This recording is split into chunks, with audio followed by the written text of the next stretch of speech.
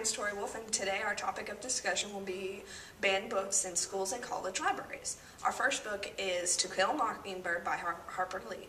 Some schools have banned it for its outlook on racism, and other schools say that it has done psychological damage to the integration process, while others say that it's because of explicit language. Some schools still have this book on the shelf because it has gotten numerous good reviews, and it won the Pulitzer Prize for fiction.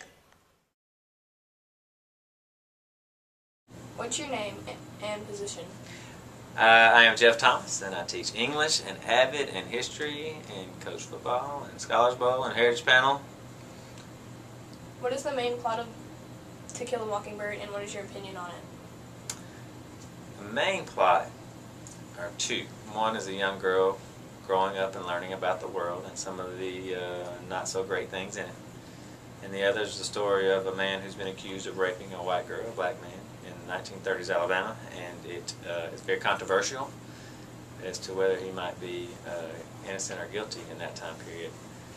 But the biggest idea, I think, is the idea of innocence, and what do we do to protect innocence, and what do we do to punish people who might take away somebody else's innocence. So, why did you want your students to read this book? I wanted them to see how our state, the way it used to think back about 80 years ago or so, and I wanted them to think about perspective, how our point of view is different from many others, and that how we might do a little better if we have a little bit more respect from the other person's point of view. We can seek first to see what they think before we judge them or something. Why do you think Leeds hasn't banned this book from its library? I think the lessons and the literature and the language are just so rich that I understand that there's been a push, and sometimes it uses some racial terminology that is no longer quite used as commonly today. But I think in the end, the benefits, those lessons of loving everyone, those lessons of trying your best to understand people before you judge them, I think they're too valuable to be ignored, and that's why it hasn't been banned. Thank you. Thank you. The next book on our topic is Athletic Shorts by Chris Kutcher. This book contains 6 short stories about athletes overcoming everyday struggles. This book contains topics such as homosexuality, gender roles, racial slurs, and sexually transmitted diseases. These were the main reasons for banning the book from schools. Some schools still have it because they feel that students should be reading about it so they're not ignorant when they go into the real world and have to experience this situations. I'm Jeremy Clark. I go to Youth High School, and I'm in 9th grade. What is the main plot of Athletic Shorts, and what is your opinion on the book? I think the main plot of Athletic Shorts is to show, like, what happened in teenage life and what you go through. And I think the book's a really good book, and everybody should read it. Do you think this book is appropriate for teenagers to read? I do think this book is appropriate because it goes through life aspects that you're going to have to go through throughout your life. Why do you think Leeds hasn't banned this book from its library? I library? think they haven't banned the book from the library because it's a really good book and everybody should read it. Ready when you are. Oh, my name's Kyle Taylor and I'm in 9th grade. What is the main plot of Athletic Shorts, and what is your opinion on the book?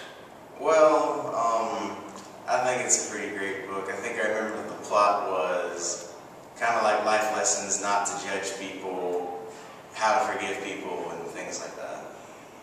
Do you think this book is appropriate for teenagers to read? I think it depends on the maturity level. For me, I think it was appropriate to read, but for some people it might not be. Why do you think Leeds hasn't banned this book from its libraries? I think because it teaches a good lesson, and they want people to get the best out of it as they can. Thanks.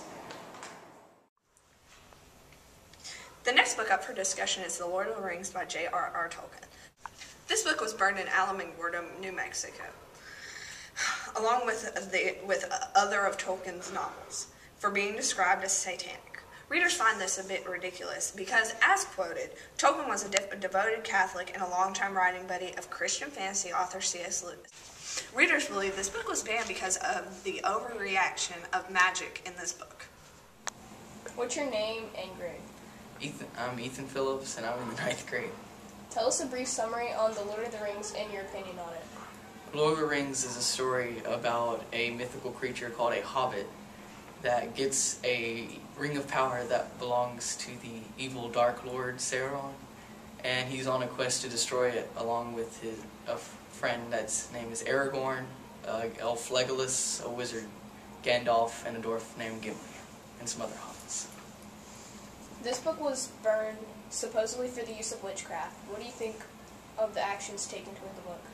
I don't think they were right because it's not about witchcraft. It is just a fantasy book about the battles between good and evil. Thank you. Can you tell us a brief summary on The Lord of the Rings and your opinion on it? Brief? The series is huge. It was a founding of high fantasy. J.R.R. Tolkien was later made I think a knight or a commander of the British forces because of his work on high fantasy. And if you read the whole series, it really starts with The Hobbit, which is coming out as a movie this year too. Just a great series. The Hobbit starts the whole program, and it's a long tale of hobbits, which are halflings, people about this high, and how little people can influence the world around them, how they are so misinterpreted and thought of as just little people that aren't an influence, and they show how much little people can influence the world around them. And as they go through these series of adventures, each book has a major adventures for these little guys. They show how brave the little people can be. The plot centers around these rings, these magical rings, and the main ring, the ring that rules them all, is the one that Bilbo Baggins finds on his first adventure. He finds it down deep in a cave. And as he later discovers it is such a powerful ring, the other owners of the rings that were made become envious and want to capture that ring. And that's basically how the plot swirls around how they try to regain control of Lord Sauron. The arch nemesis tries to grab the ring from Bilbo, and later from Frodo as it's passed down. And it's just an interesting, very genre. It's the beginning of high fantasy, and you'll see that all the high fantasy books after that try to mimic Tolkien's epic style of writing. This book was burned first for supposedly the use of witchcraft. What do you think of the actions taken on it? Well, there's always been misunderstanding.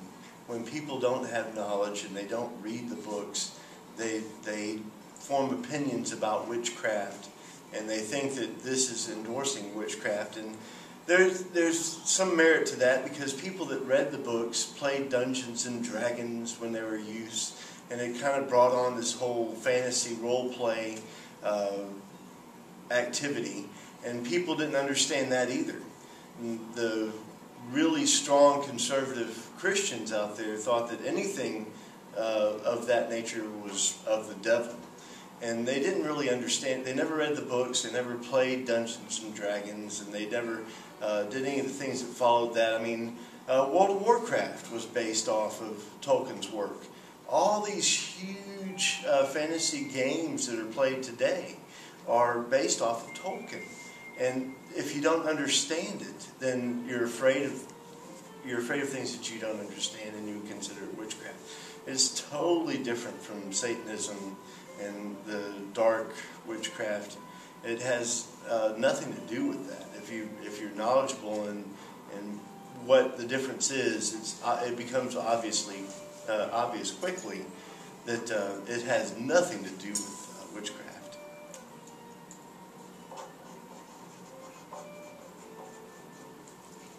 Thank you. You're welcome.